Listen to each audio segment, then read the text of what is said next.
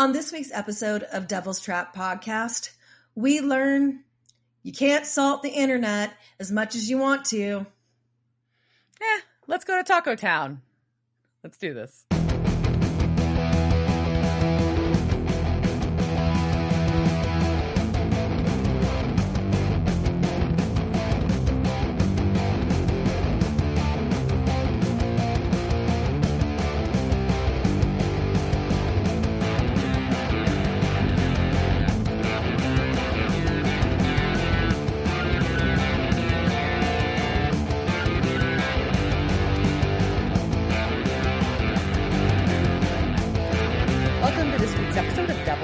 Podcast. I'm Diana. I'm Liz. And we're going to talk season 10, episode 13, Halt and Catch Fire. Sure are. So, what have you been up to? I feel like I did something. I went to my friend's bar to a crawfish boil. Other than that, I feel like that's it. I don't know. It's crawfish season, so that's exciting. Crawfish. I've had crawfish twice already this crawfish season. I'm not mad at this. That's really good. Yeah. Not mad at that at all. And just doing exciting stuff like, working and going to the doctor and cleaning my house or doing nothing. I don't know. I've done a lot of that. That's good. I'm trying so hard to do nothing sometimes. Those are, or your body will force you to do nothing. So either you take the time voluntarily or your body will shut your ass down. It will. It will. It will. So yeah, no, that's it. How about you? No, I mean, nothing much is going on. I just saw a turkey cross the road. I don't know where he was going. I feel like there's a joke in there somewhere, but I think, don't know. Yeah, I don't know, but he was crossing. I think it was the. I mean, do all boy turkeys have the gobble thing? The gobbler? I don't know. I think it was a boy turkey. But I'm not sure. Okay. I didn't ask. I didn't gender the turkey. But it was. So that was fun. So I have a turkey. That means there's more turkeys probably. So yeah, aren't they usually in groups? Usually when I've seen them, like they usually kind of have like a big one. So that was just one turkey walking by themselves. Maybe it was a rebel, a loner, or it was just like, I don't want to get the bird flu. Fuck you guys. I'm going off my own. I don't trust you. Isolating. He's like, I it's been so long since COVID, I forgot what that term was. So like, you're what are you doing, self-isolating? Is that what that's called? I mean, we're just about 5 years out now, which is bizarre. Yeah, but I'm watching a TV show that's taking place like I'm watching 911. And so where I'm at in it, and there's like season 4, it's like that period right after, like when people started filming TV again. Yeah. And so they're making a big deal about like all the COVID things they're doing during the show, not realizing that like 4 years, nobody gives a shit about this shit. Yeah. Like, whereas about a year and a half after that, people stopped giving a shit. Like, but, I mean, lived. Yeah, it's still an interesting point in time, and it'll be an interesting thing for people to look back and see all the things that they did. So, 4 years ago, we went to Belize. Yeah, time is a weird construct that I just don't like it. And I think also to spend so much time like thinking about the past and like reading about the past, and then like once I get into the present that I'm like, no, I don't like it. Let's go back. And the past again, like the past is not great, but at least I knew what was going to happen, and I'm not going to be surprised. Those are facts. Or at least it's not going to impact my life that much. It'll be like an intellectual surprise, not like oh shit, now I don't have toilet paper for 2 weeks. Like that kind. Yeah. No, nobody likes that kind. Yeah, and so that's not a lot of news for us. And in SPN land, still not a ton going on there. Jared and Jensen are just chugging along on their projects, and the rest of the people seem to be doing stuff. So. Yay, doing good times. Yay, doing stuff. All right. So, this episode, Halt and Catch Fire. Yes. HCF. That's a code. in the computer code. If Halt and Catch Fire is a code, it's theoretically a code that makes a computer not work. And it was a myth, and then it was real, blah, blah, blah, blah. But then there was also a TV show they made after that, and they were trying to hit in all of our Gen X's nostalgia. So as this episode does a little bit. This was season 10, episode 13, and it first aired February 10th, 2015. It was directed by John F. Showalter, who we last saw in season 9's Sharp Teeth, and I Think I'm Gonna Like It Here.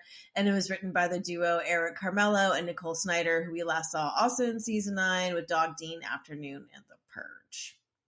Okay. Fun ones. Ish.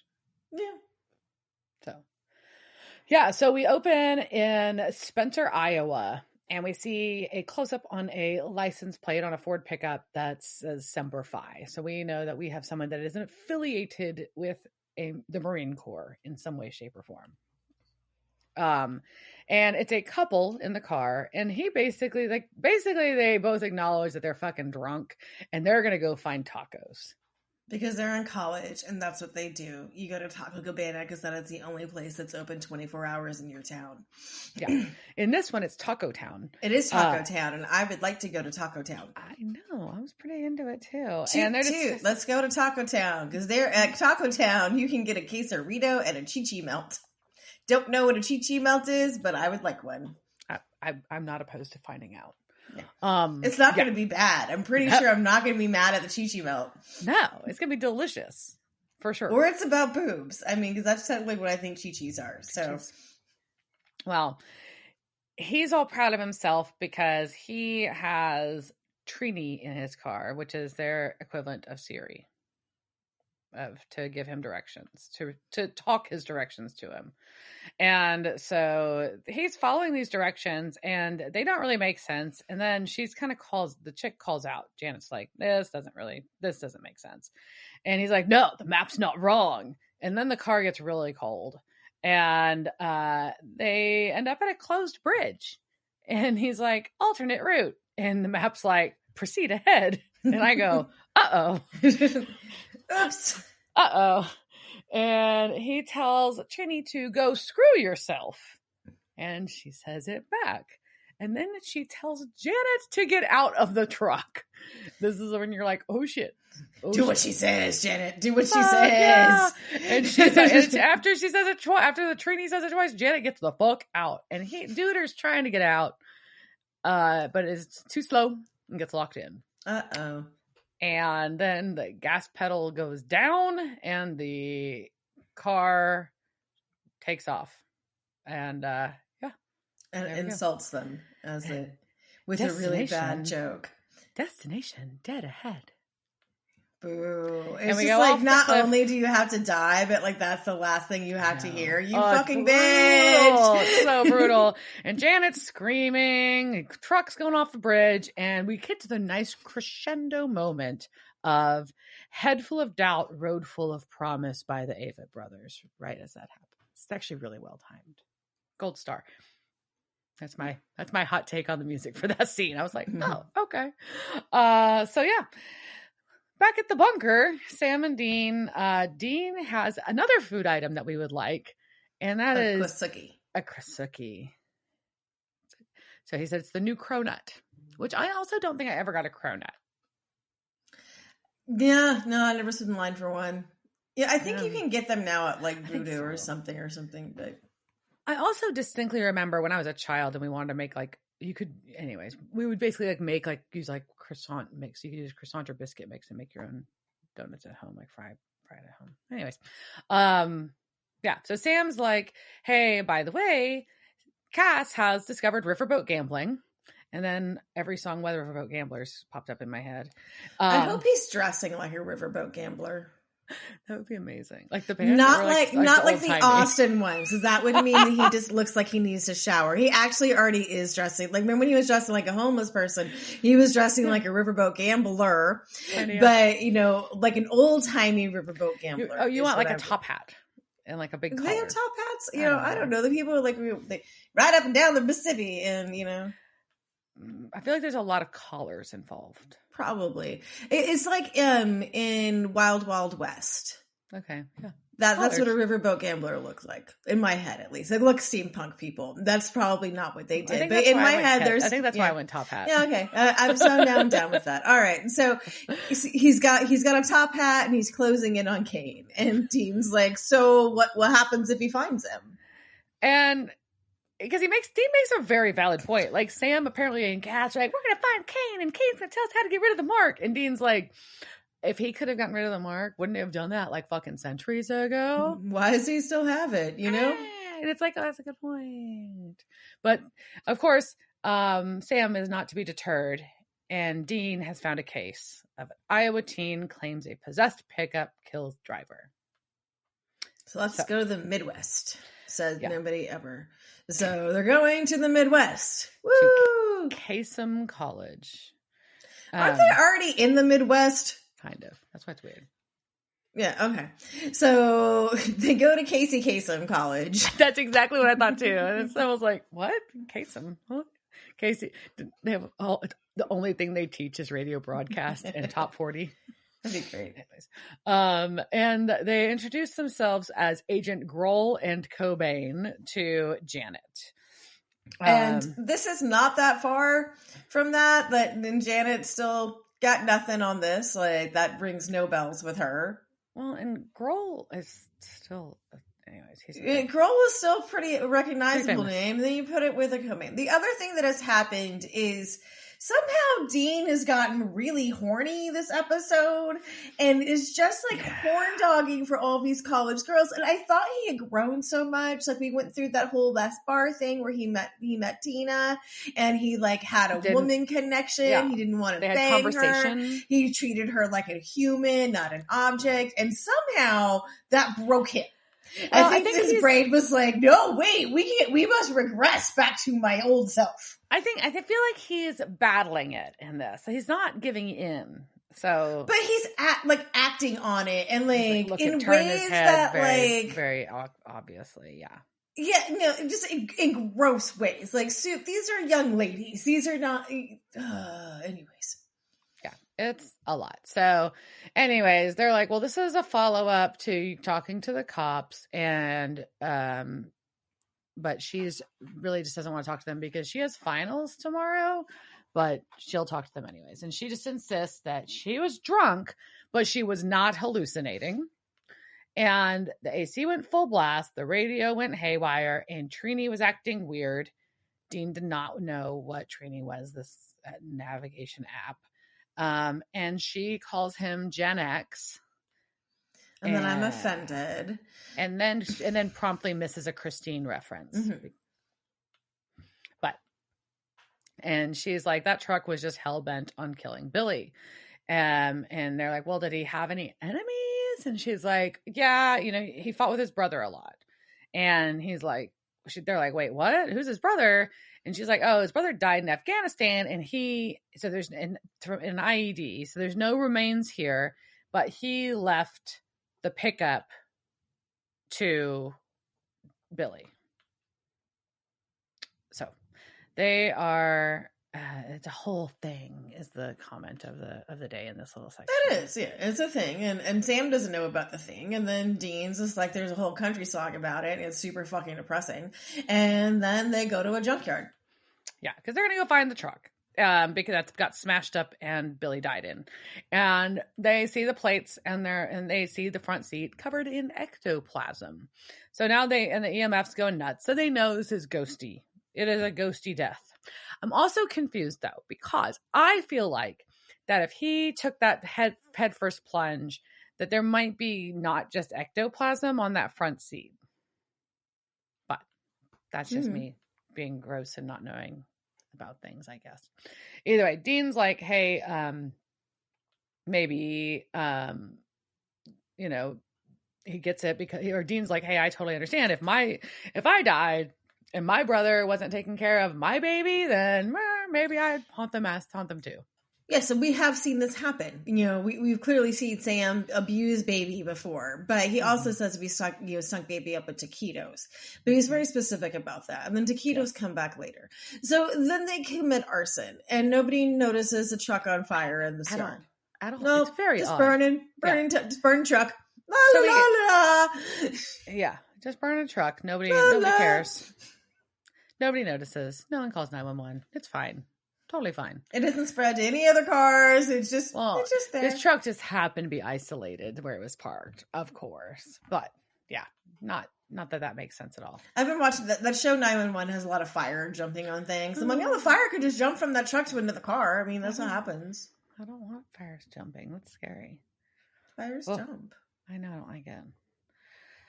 Oh, so at the sorority house, we have two chicks. We got a blonde chick and a redhead. We find out the blonde is Julie and the redhead is Delilah. And they are watching TMZ, but they have to stop to study, which sucks because I like TMZ. And then they, but yeah, the redhead is going to the library to study for art history final, which means I'm going to have nightmares about like not studying for art history final again. Like that nightmare is going to come back. So thank you for that recurring one to come. But the blonde doesn't need to study because she's sleeping with the TA. No, she just has a photographic memory. Right. Hashtag blessed. And then hashtag slut. That's I think what the hashtags we get out of them. But so the blonde stays behind. Julie stays behind. Can you believe we're still using hashtags? They said it, and that's why I said it. But yes, we are. And so she starts taking selfies, and as she stops on her laptop, she gets a chat with excessive duck lips too. Well, they're also just not good. Like, girl, well, they're not good. She doesn't have a light in front of her. Like, this is also it's 2015. Like, the ring light wasn't even invented yet. True, or like the back, or where you can make the camera and how you can make your camera light up on your face. Yeah, there's a lot. You're right. We came. There's just so much that this is the before times. Our selfie quality has improved significantly in the last decade. The technology is there. So think about how shitty that phone on her camera was. Oh, that's totally true. And then anyways, yeah, just the devices in general. It's like, whoa. I definitely had a moment where I was like, whoa, did we have navigation? They could talk to us then? I was like, this is only 10 years ago. I'm sure they. Yeah, he probably still had to download that map to Trini, It was not, yeah. So either way, we've got Princess Elsa 8 messages Julie. And it calls her a friend, then calls her a liar, and then says 810. And says, I know you'll pay. And Julie's freaked the fuck out, which, I mean, it sounds like it'd be upsetting to receive, but also she obviously knows what this means. And so she deletes the chat and she turns off her computer, but it reboots. She keeps getting the chat. She unplugs it. It keeps getting the chat, or no, it stops getting the chat. It's just the whole screen goes to that. And then the air gets cold and we all know it's ghost time. And that is 810, yo, 810, 810, 810, all over the screen. I feel like someone's hyping an area code. This is all I get. 810, 810. Like, and that's just like. It definitely sounds like that. And that's definitely where my brain was too. 810, what's up? And she tries to run out of the room and the door locks and closes her in. Yep. And then she gets a really freaky death. No, power cord strangles her. But it acts like a snake first. It's it's like chasing her like as a little, like, I don't know. That's the part that was freaky. Like the choking by a cord, whatever. But like acting like a snake. Wraps itself around her neck. I don't want more things acting like no ropes. That's good. No. Right. But anyways, yeah. So she did. She did, and we go back to the next day on campus, and Dean is just really, really horny, and then they go to the sorority house. Yeah, and the cop on duty is like, by the way, the roommate Delilah discovered her after pulling an all-nighter at the library. We don't have any suspects, and the door was locked, and most girls have already left for spring break, so I don't know, shit's weird. However, luckily Delilah knows all of Julie's passwords. That's interesting. Oh, yeah. I mean, they're roommates. They probably just log into each other's shit all the time. Who knows? I guess.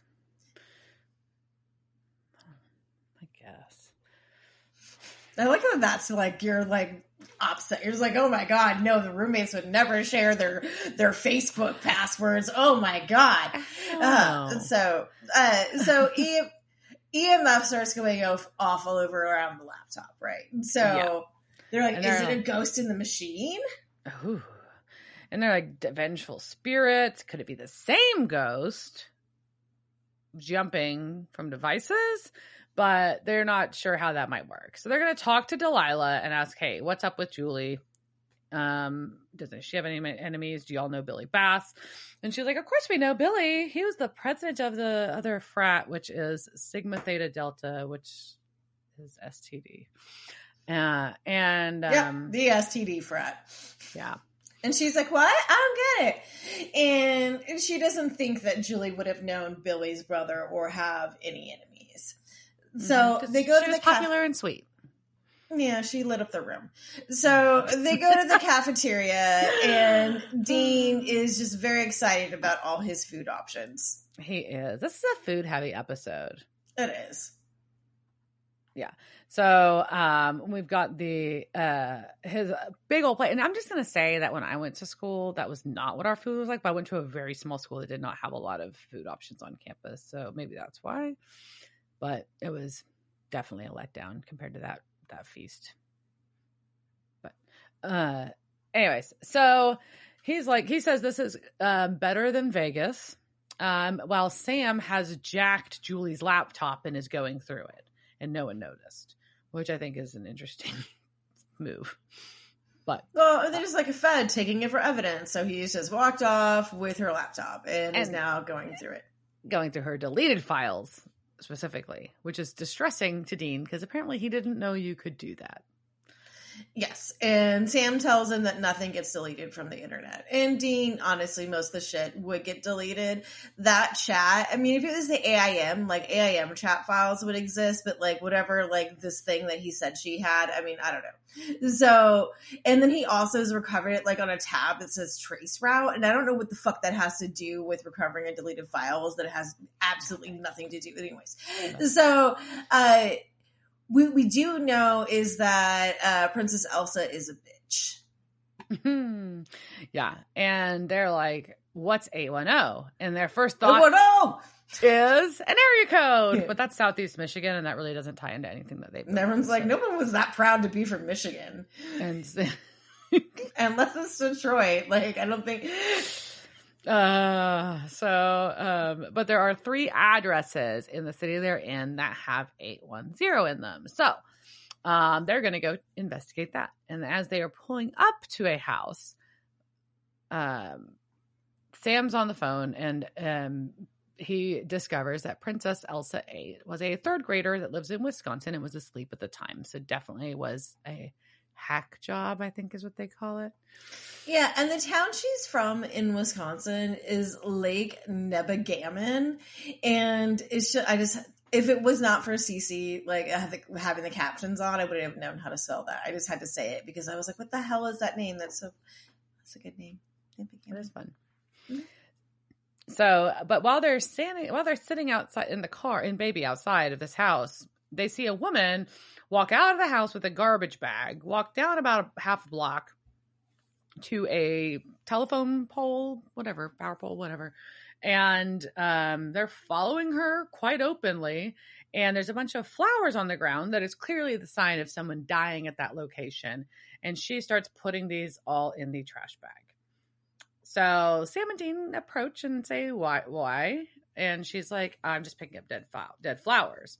And they're like, they're not dead. I'm looking at them. They're clearly alive. These are clearly brand new flowers you were throwing away, lady. Yeah. And she says that they are taunting her. The flowers taunt her because her husband died in a car wreck there 9 months ago. They didn't even make it to their 1st anniversary. So, and that's really sad. Yep. And then Sam fails at asking her if she saw anything weird or disturbances because this is the first time he has ever investigated a haunting and cannot figure out how to be a better liar. It's really awkward. It's like, oh, that's a very sad story about your husband. Have you seen anything weird? It's just a very awkward exchange. It doesn't work. And she's like, no, but there's a teenage girl from the local sorority with long red hair that leaves these flowers. So Sam and Dean go back to the cafeteria because Dean can't stay away. And he is leaving a voicemail. And Sam has finds out the info about the fatal accident that. So he says that Andrew was killed in a fatal accident. Is that redundant? Yes. Okay. Just wanted to check. But I don't know. I mean, I guess he was killed in an accident. But I mean, I guess it could be clarifying that he died directly in the accident as opposed to post-accident. I don't know. It just seemed like, but anyway, so the car burst into flames and he was burned beyond recognition and killed his very sad. And so now they've got to figure out the connection to Julie or Billy, but also this guy was cremated. So now what? Well, we cut to a douchebag. I just say douchebag because we'll find out in a minute. This guy's a douche. So you just look at him. I don't even think you just look at him and go, "Oh, look, this man is looking at." As he looks through Sexter. Yeah, he's flipping through the dating app, quote unquote, hookup app, Sexter, and Delilah is pacing and very upset about feds calling her because that's who Dean was leaving a voicemail for, and he's not really listening. She's like, look, I just want to come clean. This is karma. And he's like, no, this is a coincidence. Don't you fucking dare do a damn thing. You shut up or I'll, basically threatens her. And so she leaves. But Kyle is his name. And he gets a message on the app from screen name QT Pie. And it's the profile picture is a bot chick's torso with pie, but yes, a bot.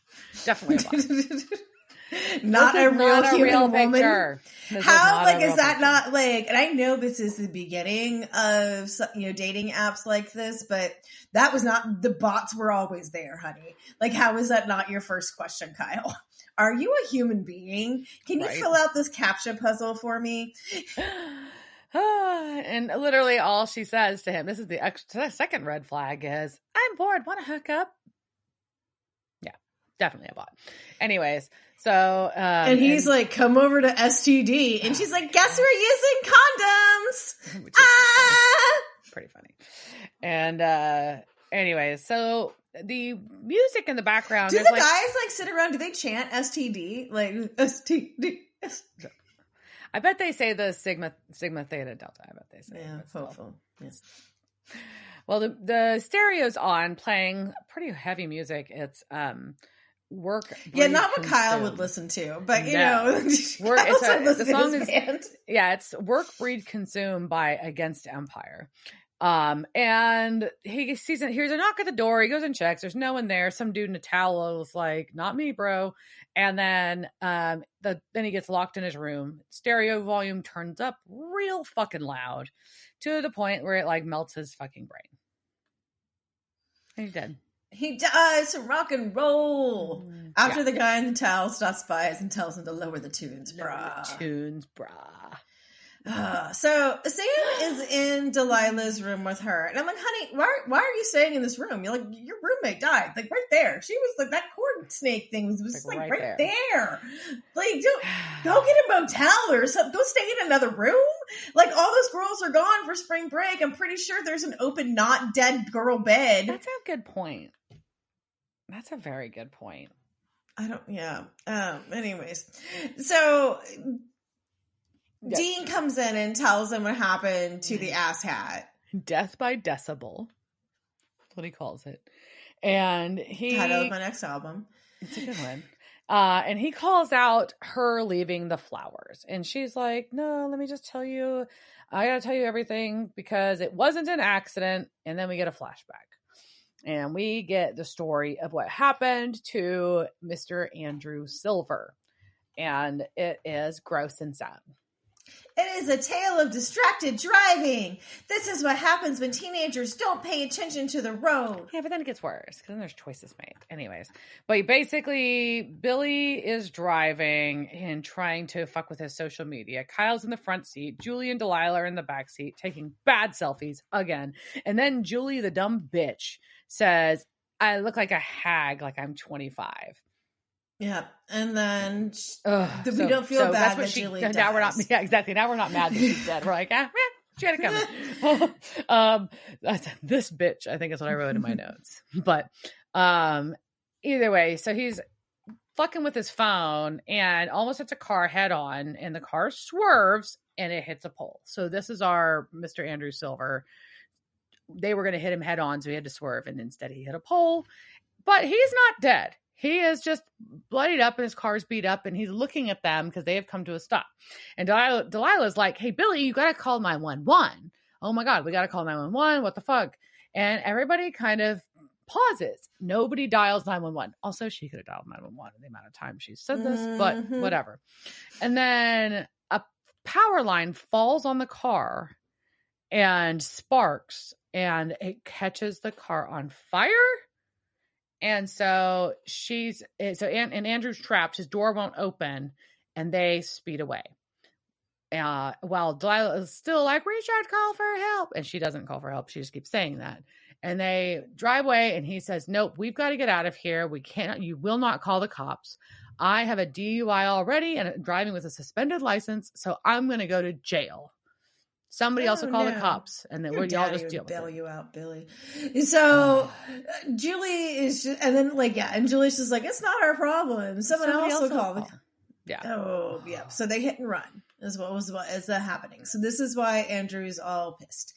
And so then Sam's like, I'm going to make a really small, uncomfortable circle around the chair for you.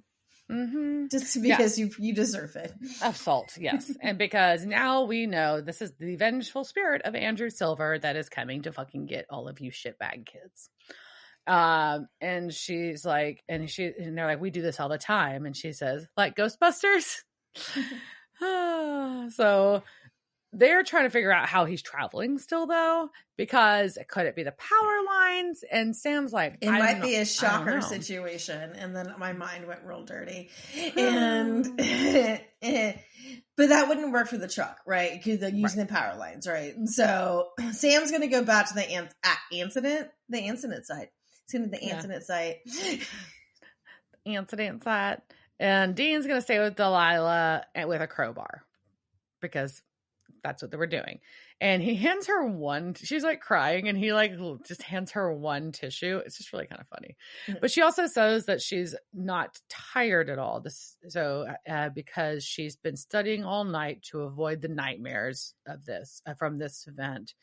And she's in college, and here I was like, and she's in college, and she has an Adderall prescription. Wow. She thinks about Andrew all the time, even though they never met, and how that's sad. Sam gets to the pole where the death occurred and looks at the power lines, and he's noticing like the different lines and boxes on the cables. I don't know. And he sees his breath, and it's kind of an oh shit. But Dean's saying that he can relate to Delilah. He's made mistakes that haunt him too. And she asks how he deals. And his response is whiskey, denial, and do my best to make things right. Just, I guess, a decent combination. I mean, the denial and the whiskey, probably not the best part, right? No. So, but he's like, for you, though, like, maybe you should be coming clean. And by that, I mean, don't just be a pussy and leave fucking flowers. Like, you actually have to deal with your problems. And ask for forgiveness. Yeah. Yeah. So Sam calls Dean and is like, by the way, it's not the power, it's the Wi-Fi. It's the Wi-Fi. Because there is a local Wi-Fi signal there being used by the Trini thing, by a computer, and Death by Stereo. He says it. Yay! Which is, not only is that a band, it's also a quote from Lost Boys. Anyways, because they were wireless speakers. So Sam's like, Dean, you gotta keep Delilah safe and turn off all the routers. Yeah, and Sam is just like, it makes sense because we're just electrical impulses, right? And Dean asks him, can we kill the internet? And he's like, wait, can we? And Sam's like, no. And I'm like, liar, that's a fucking Wi-Fi tower. Like, a Wi-Fi tower is transmitting a signal that comes from an actual fucking internet. Like, it's not just magic things that are coming out of the air. Like, there was another tower next to it that is like hardwired. Like, just go kill that and you can kill the fucking internet. But also, you can just, unplug it, which is generally what you do in incident response. And so my incident response mode is kicking in. So we're going to talk about what happens during a hack, and we're going to talk about a hack that happened in 2021. So that's our lore? Ooh. Yeah.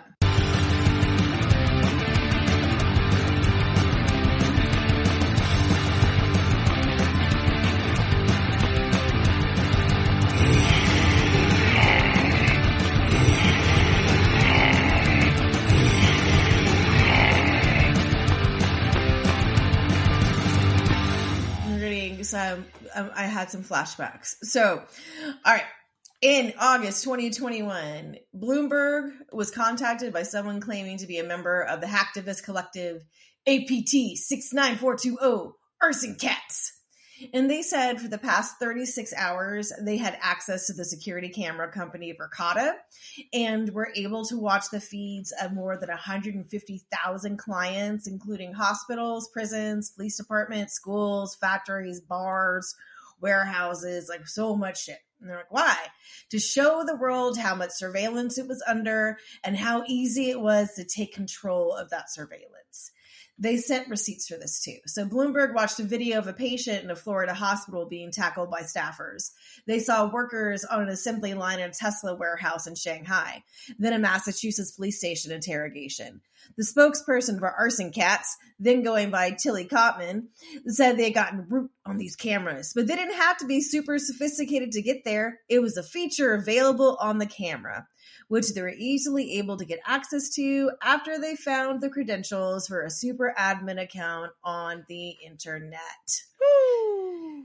They told Bloomberg that they saw into multiple locations at the gym Equinox, the ICU of a hospital in Texarkana, and security cameras of a hospital in Arizona. They had access to cameras in Cloudflare offices. And they said the hack exposes just how broadly... Sorry, they also have us. They're from Switzerland, and I'm not going to do that accent here. I'm going to spare that one. So, the hack exposes just how broadly we're being surveilled, because this is the actual attacker is calling the news to tell them, I've just done this, right? Right, yeah. And so this is why they were doing it, because we want to expose just how broadly we're being surveilled and how little care is put into at least securing the platforms used to do so, pursuing nothing but profit. It's just how wild how I can just see the things we always knew were happening, but we never got to see. They said they got the Verkada customer list and the balance sheet, which held assets and liabilities. They found videos from the 17 cameras inside Arizona's Graham County Detention Center, which the staff had given titles like Roundhouse Kick Oopsie, Autumn Bumps His Own Head, which was from the drunk tank, and Stare Off, Don't Blink. All things you probably shouldn't be writing on your work computers. Oh. So, yeah. After Bloomberg reached out to Verkada, the attackers lost their access as Verkada disabled all those administrative accounts. But what is done cannot be undone, and soon the videos and the customer info would be all over Twitter. All the tweets associated with the hack contained speaking of hashtags, hashtag Operation Panopticon, which is a reference of a panopticon, which is a prison architecture that basically allows the supervisors to have full view of the inmates. So like they can always, so basically you're always being watched, right? I think it's also a goth club in Dallas. Yeah, I also think that's how the Dallas jail is. So I believe the main Dallas jail is a panopticon. I can't verify, but I think I've seen that on some of the bad jail videos I watch. Anyways, so there would be fallouts and indictments and fines, but would the right lessons be learned? And I'm so sorry for all my IR peeps for that joke, and they know why that's bad. So, all right. So first off, who is Verkada? So Verkada is do you remember this at all? Vaguely. This is 2021. Okay. So they are a physical security company mainly known for enterprise video security. They were founded in California by Stanford Tech Bros in 2016. Their cameras are also really big on facial recognition. They can do not only facial recognition, they can recognize people by gender, clothes, other attributes. Not all their cameras use that, but that's just something kind of keep in mind of the badness of this place. So COVID was really good for this company as companies wanted to monitor everything remotely. Right. And they also offered these free surveillance kits, is what they fucking called them, to businesses and healthcare institutions so they could help to remotely monitor high-risk locations. It added features to let customers detect when crowds are forming and to identify high-traffic areas that might need more cleaning.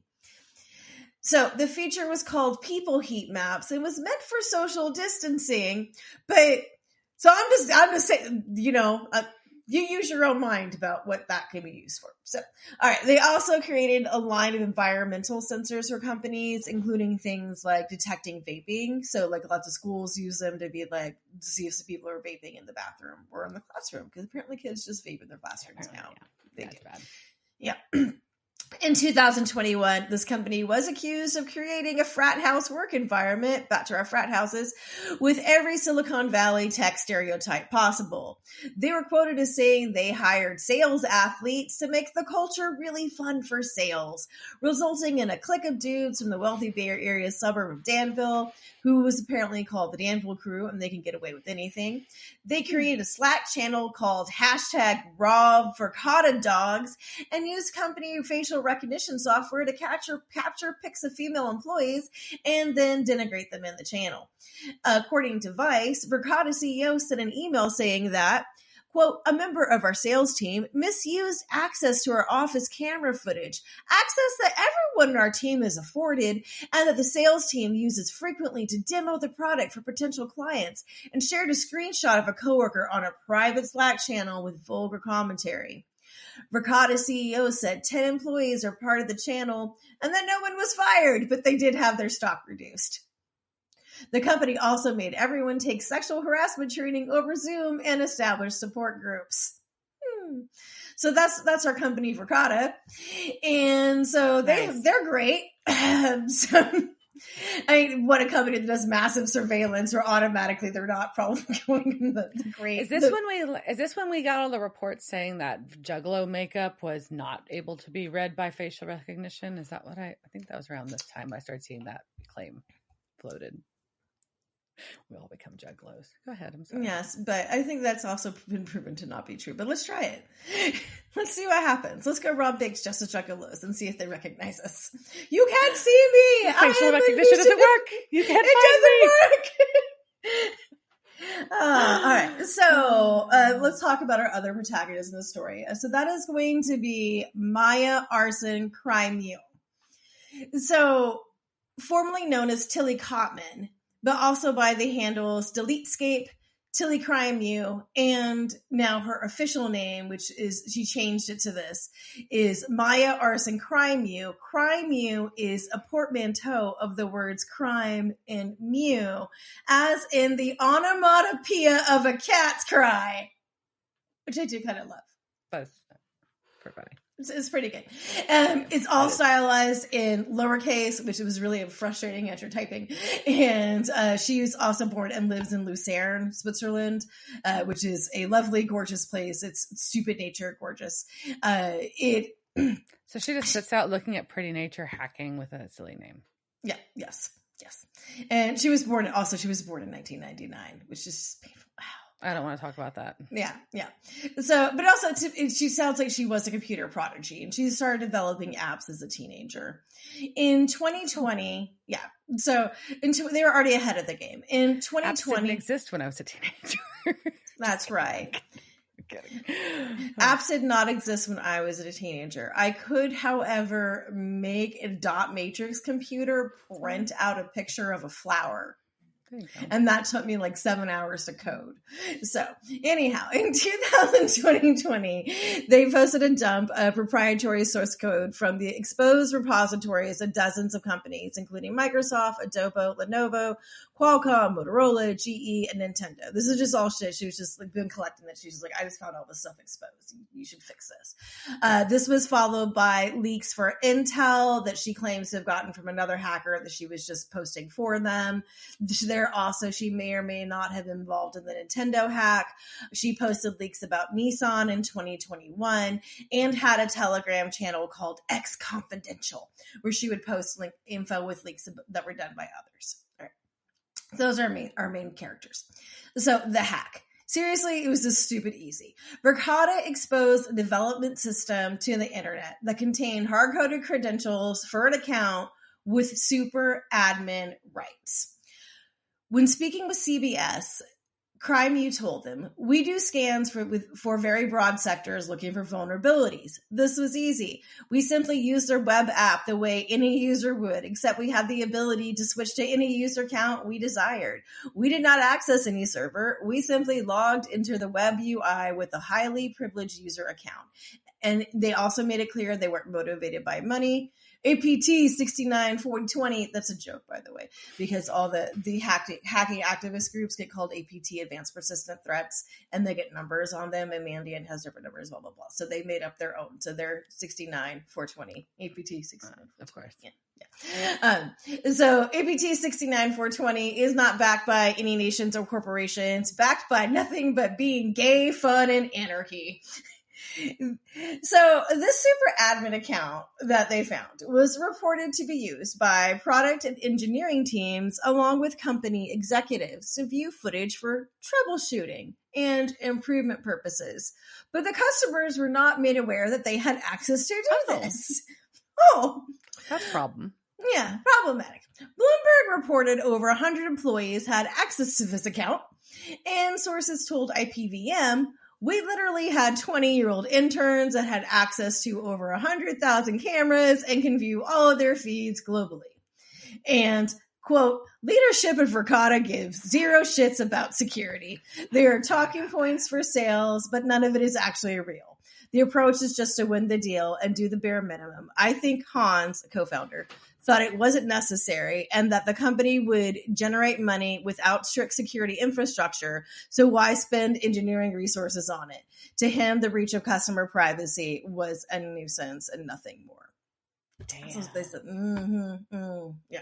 I forgot about that. I remember some of this now, more of it now. I mean, remember it generally, it, but like that part, I was like, oh, that's right. And they just didn't give a fuck. Yeah. Ugh. So Verkada was informed of the breach on March 9th. So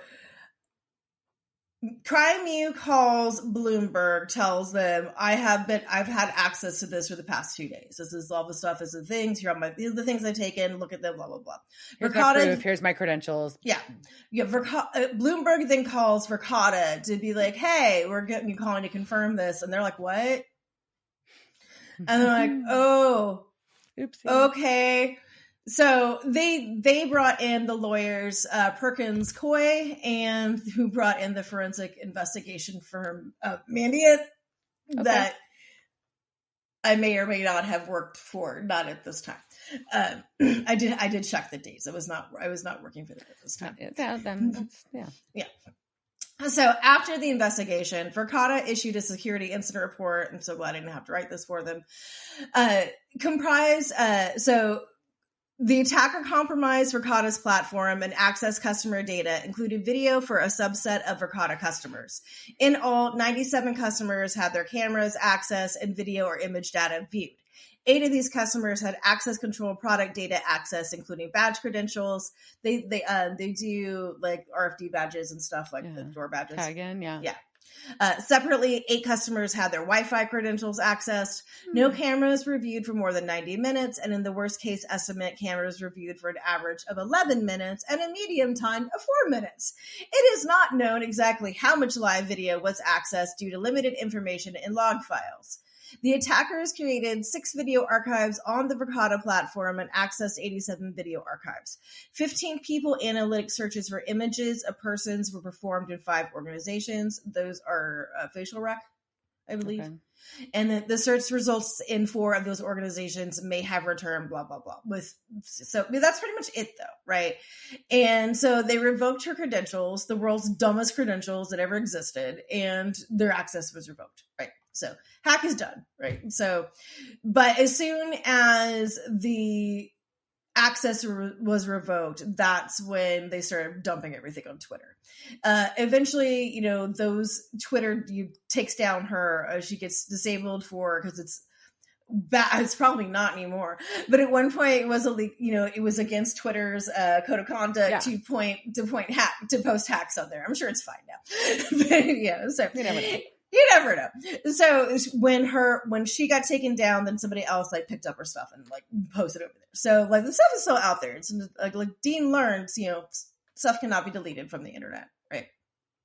So on March 2021, crimew was indicted by a grand jury because she hi, it's me. I hacked them. Hello, me and my group, Arson Cats. Meow. I like that. That's also, she also named themselves. So if you're going to name yourself Arson Cats.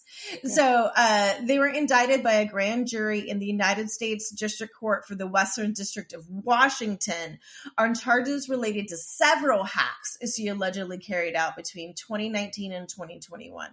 So the feds went after them for a bunch of stuff, including illegally accessing computers belonging to a security device manufacturer located in the Western District of Washington and stealing proprietary data, improperly using the credentials of employee of a manufacturer of tactical equipment, and access a manufacturer's source code databases, hacked a Washington state agency and a U.S. government contractor and stole source code related to various web applications, attacked an automobile manufacturer and a financial investment company, and my favorite charge, obtained financial benefit by designing and selling clothing and paraphernalia related to computer hacking activity and anti-intellectual property ideology. You know, merch. She got charged for merch. For making hacking merch. And it was very sad the merch store is down. And I really wanted to see what the merch was, what it was offered, and I cannot find it. I bet it involves cats. I'm sorry. I bet it does. Like so I'm gonna spoil her webpage, which is like it was like crimew.gay or something like that. I don't know, it's so great. It is just like it's bright pink and like it's where her blogs are, and it has little Nyan cats that runs all over it. It's just delightful. She's also a DJ and like she's just I like crimew. So crimew's apartment and her parents' home were searched and several devices were confiscated. Again, Lucerne, right? So she is indicted in the Western District of Washington, but she's in Switzerland. Right. So Lucerne's police work with the feds and they go and they search her apartment and they search her parents' house. They confiscate several devices. The people start rallying behind her. What's the hashtag? What do you think the hashtag is? Oh no. I don't know.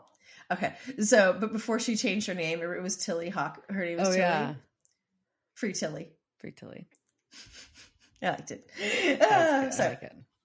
So the proceedings of the indictment were suspended as they didn't want to do the case without crimew being present and being represented by a lawyer.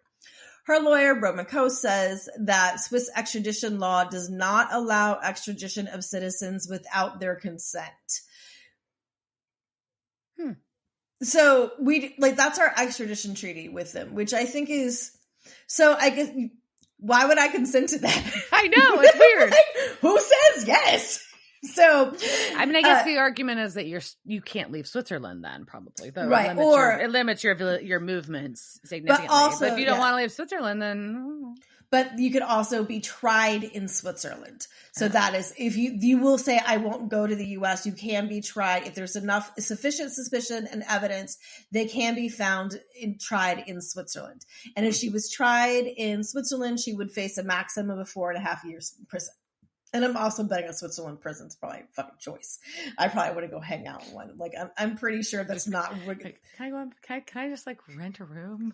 Yeah, I could use a vacation. All right. So in September 2021, crimew told Knoll 41 that she was certain she would never be able to travel to certain countries again, and that even if she was able to travel in the future, it would be risky because of the possibility of extradition from other countries. Yeah. So she just continues on with her life, DJing, doing her thing. And in 2023, she got access to the U.S. government's no-fly list via an unsecured AWS cloud server. This really, airplane was doing terrible security.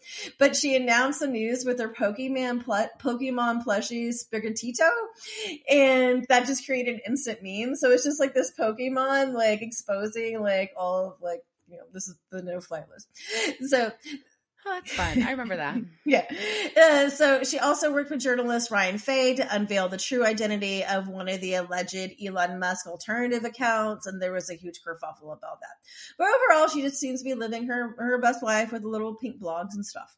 Now, Verkada, well, they're still a company, and after a $200 million Series E, they were valued at $4.5 billion. But, you know, at least they got a slap on the wrist for this. They agreed with a $2.95 million settlement with the FTC. They refused to call it a fine. They call it a settlement.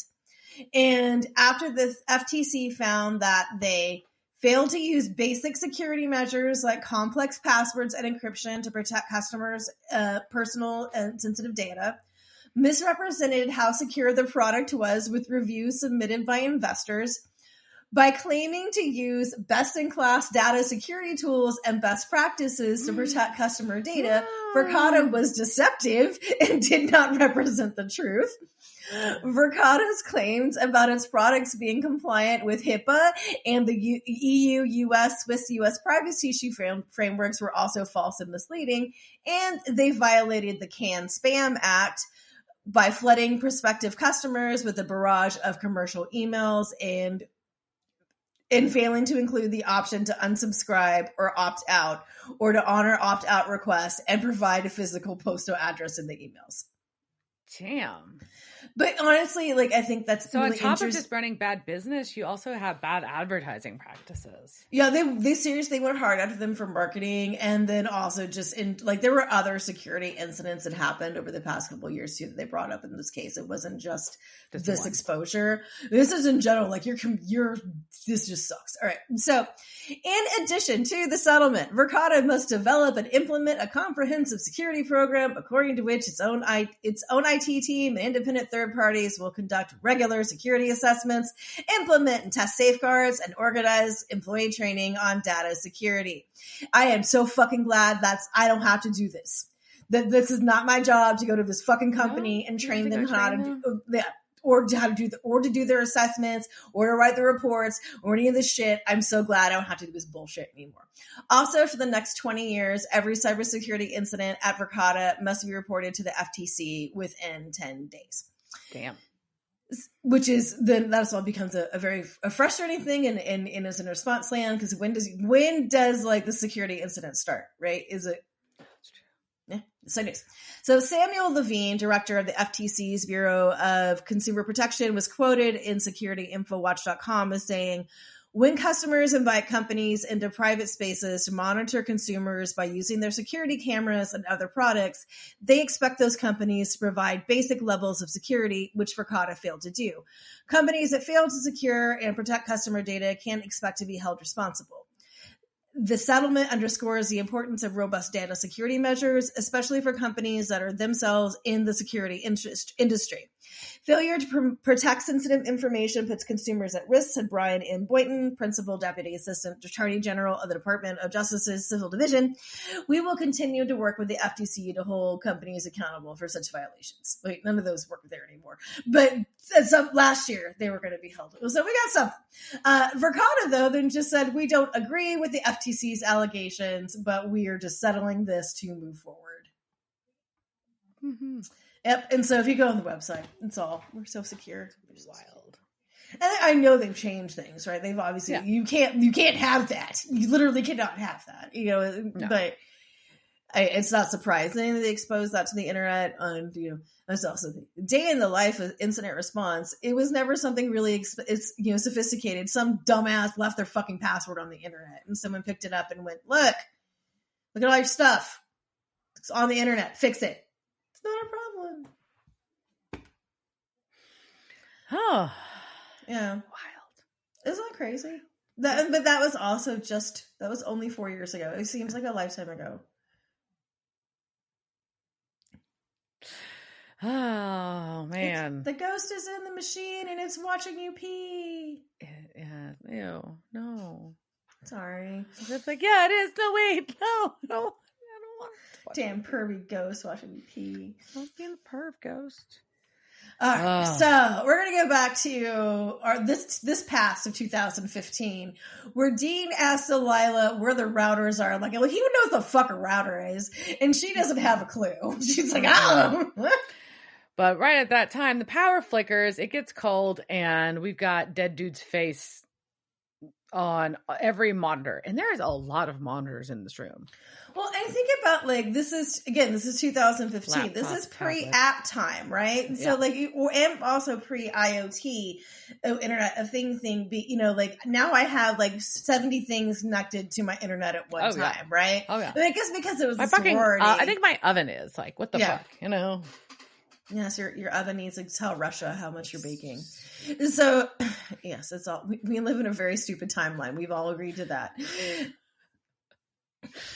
But yeah, so there's even in this time, like there was still so much that was on this Wi-Fi. Yeah, so much. So Dean's just smashing everything though. He's also smashing things on a bed, which seems really hard. Like to get to like the floor, man. Yeah, because especially. But also, I feel like this is a really good thing. This is incident response, right? Like, this is what you do. Disconnect it from the internet. So smash it. That's one way to do it. Now that they're only get paid for this, smash it. Set it on fire. That's honestly what we were all saying behind your backs. That is honestly what everybody, we told you to burn it all down. That's what everybody said behind your back. Customer, sorry. Anyways, so Sam then goes to knock on Mrs. Silver's door to tell her that her dead husband is killing people through the app store. Yeah, and she's like, but she already knows. She knows something's up. And so she lets which Sam is much less awkward than you thought, like. Yeah, he thought this was going to be a very awkward conversation. She's like, no, I know. And so Dean and fucking Delilah... Andrew. Right, are running to the basement because that is the only place in the house with no Wi-Fi. Apparently it's got a really bad connection. And this dude's face is on every screen every time they walk by a room. And they get to the basement and he's spreading salt because he thinks it'll work again because there's no Wi-Fi signal there. Yeah, good try. I mean, you might as well, right? Yeah. And Corey Silver, the wife, is sharing that Andrew started contacting her online shortly after his death. At first she thought it was a prank, but he knew a lot about her and she had her husband back even if it was just online. Yeah, which is sad. And it is. And that she knew it was a ghost, but she didn't care. It was romantic. He would write love notes, but then he started getting weird and he would disappear and then he would come back. Ghost her. He would ghost her, exactly. But he became focused on revenge. Yes, and she thought that was weird and strange. Much stranger than her dead husband talking to her over email. Right. That wasn't the problem. That wasn't the thing she had a problem with. It was revenge talk that really made her kind of question things. And then she also thought that the co-eds, like, that could be Andrew. But, once his kid started dying, that could be him. Weird. But I didn't know what to do, and I didn't want to admit it. So there we go. Revenge brought him back, and she didn't want him to go away. So Dean is telling Delilah to calm the fuck down. And then he hears a phone vibrating. And because somehow someone's tucked a phone into the cushions on the sofa, they lost their vibrating, but it's vibrating in a room that's not supposed to have a signal. So that's annoying. But apparently it does. So Andrew's ghost appears, and it totally jump scares me. Aw. I'm mad.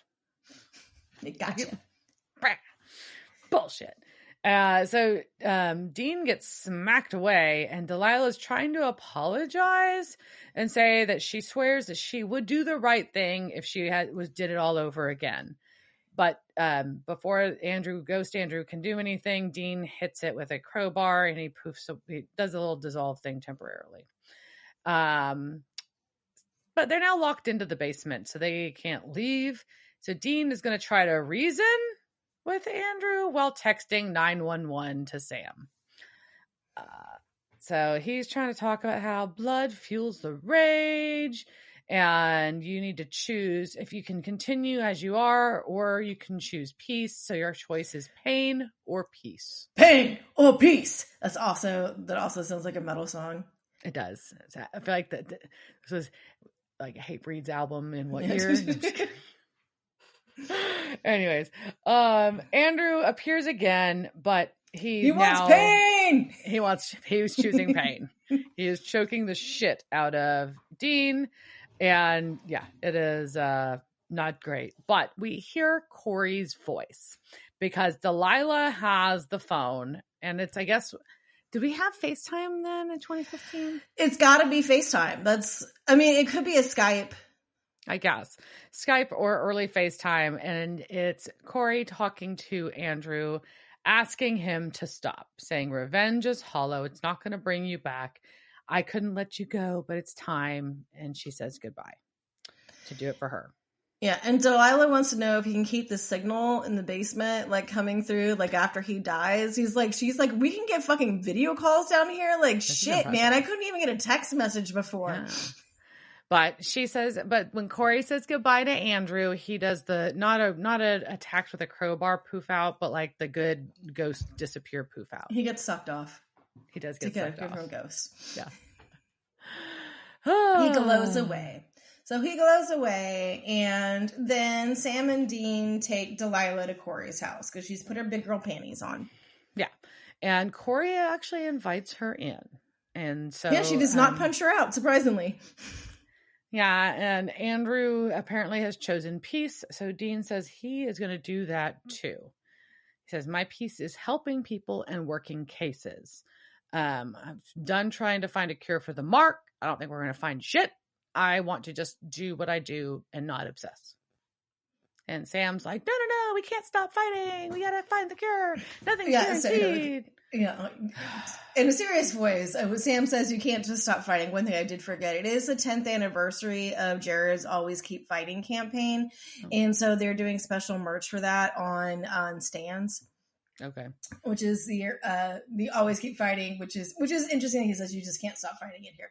So, but Dean's just like, of course you can stop fighting. Well, he's like, I'm not giving up. I'm just not going to be like, I'm not just going to be out there searching for it. It's,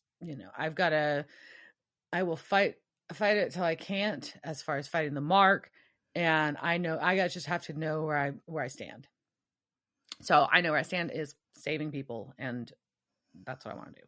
I want to help people. Yep. And Sam was concerned. Go down swinging. Yep. And they drive off. And we're all concerned. Yeah. So our cast. Casting couch. It's the casting couch. Were they on that show that time with that guy? La la la la la la. This episode is Delilah was played by Willa Milner, who went by Allie Milner at the time of this episode. She was Liz in the movie If I Stay, and she's been in a few Hallmark things and done some voice work for a My Little Pony series. Corey Silver was played by Barbara Kottmeyer. She's been in episodes of Smallville, Fringe, and Hellcats. She was the hot young lady in Sandlot 2, beautiful girl in John Tucker Must Die, centaur girl in Trick or Treat, and did a voice of a character named Leenda in a cartoon series called Supernatural Academy, and I thought that was fun. Billy was played by Madison Ryan Smith. He's been in episodes of Chilling Adventures of Sabrina, Riverdale a couple times, and The Order a couple times. He was Davis in Chupacabra versus the Alamo and has done a lot of Hallmark work. Julie was played by Debs Howard. She's been in a couple episodes of iZombie, X-Files, Lucifer, Good Doctor, Travelers. She was the new girlfriend in the Sonic the Hedgehog movie a couple years ago, and then she's done a lot of Hallmark work as well. It's a very Hallmark heavy cast this time. And then, I watch a lot of Hallmark. It's fine. It's not a bad thing. Andrew Silver was played by Jeremy Thorson. Been in episodes of Wayward Pines, Zoo, and Man in the High Castle. Our detective, who was in this very briefly, Petronzik, was played by Jacqueline Samuda. An episode, her career goes back to being in TNT, the Mr. T series, but was also in Bionic Woman, Smallville, Arrow, Virgin River, and School Spirits, as well as a lot of Hallmark appearances. And then School Spirits is a newer series on Netflix. So just of note. Janet was played by Maddie Phillips, been in episodes of iZombie, Lucifer. She's in a handful of Ghost Wars episodes, a couple of Van Helsing episodes, a couple episodes of The Boys, and is Kate in Gen V series. So there was a couple really relevant ones. So I want to make sure to. When's the new one doing? Mm-hmm. Well, no, I'm like, because remember the main dude passed away in a motorcycle accident. Anyways, so I got distracted. I haven't thought about Gen V in a while. Anyways, all right. So cool on the cast. Woohoo! Mm-hmm. All right. So, did you think? I enjoyed the episode in a lot of ways, except for the fact that most of these characters are not super likable. So you don't really care that they're dying? No, it's like, I mean, you feel like, I mean, like, I don't wish death on people. I mean, but it's like, I'm not like, oh, this poor innocent person. Something terrible's happened. Well, we don't always have to like our victims. And we don't always like them on the show. There's been quite a few of them. I'm just saying that, like, I'm not saying I don't feel bad for them. I'm not saying that, like, I'm like, oh no. It's kind of a. I was not shedding any tears. So, but I mean, yeah. I mean, like, Delilah was probably the least bad. So. Yeah, and she was, very flawed.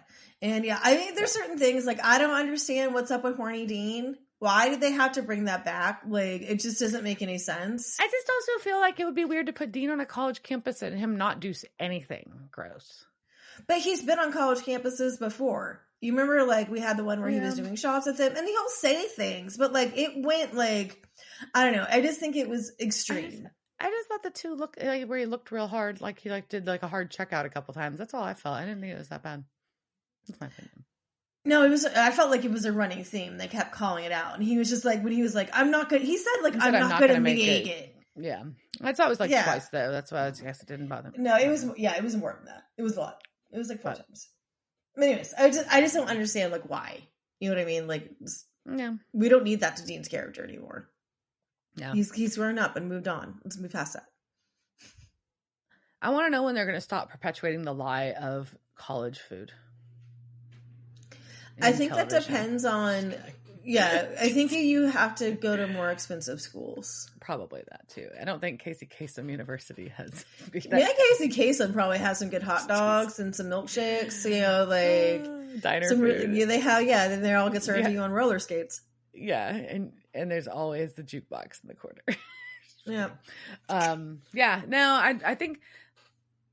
This was campy fun episode in my opinion. So I'm not going to complain about it at all. So I feel like it's got a little bit of camp to it. Trying to bring a little bit of tech to it. I think that it was not fun. And my comment was just that there wasn't like one person you were like, oh man, that person just got swept up in this and got fucked. Everybody, you were kind of like, wow, this kind of sucks. I mean, kind of Corey Silver, I guess, but she kind of leaned in too. So I don't know.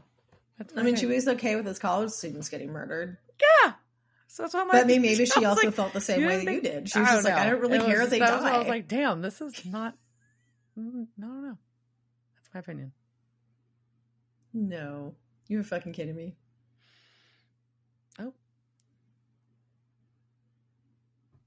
So that froze on my end. Did it stop? Yeah, it froze on mine too. It did. We were good, and then we were talking about college kids dying, and then that was about it. Yeah, all right. I think we can probably just do like when we're back to like, So yeah, I think we agree on the casting on the characters, not on the cast. Cast was great. The characters on this one, but I did think, like I said, overall, I feel like it was an enjoyable episode, and that feels gross to say. It wasn't a bummer. No. Yeah, there wasn't any emotional distress for the Winchesters, I guess is probably. Well, I think they did a good job of weaving in and using Dean's acceptance. It was right or wrong. It sounds like he's accepted the mark, and he's determining how he is going to manage that. And he had 2 different opportunities in this episode to express that. And I thought that was a smart and interesting way to convey that. Well, there's 3 ways, 3 times. Yeah. Hey. Yeah. All right. Well, will Dean express himself? Find out next time on Devil's Trap Podcast. Cheers, jerk. Cheers, bitch. Devil's Trap Podcast is a Don't Get It production. Meow. Devil's Trap Podcast is part of the Ship It Studios Podcast Network. Thanks for listening to this week's episode of Devil's Trap Podcast.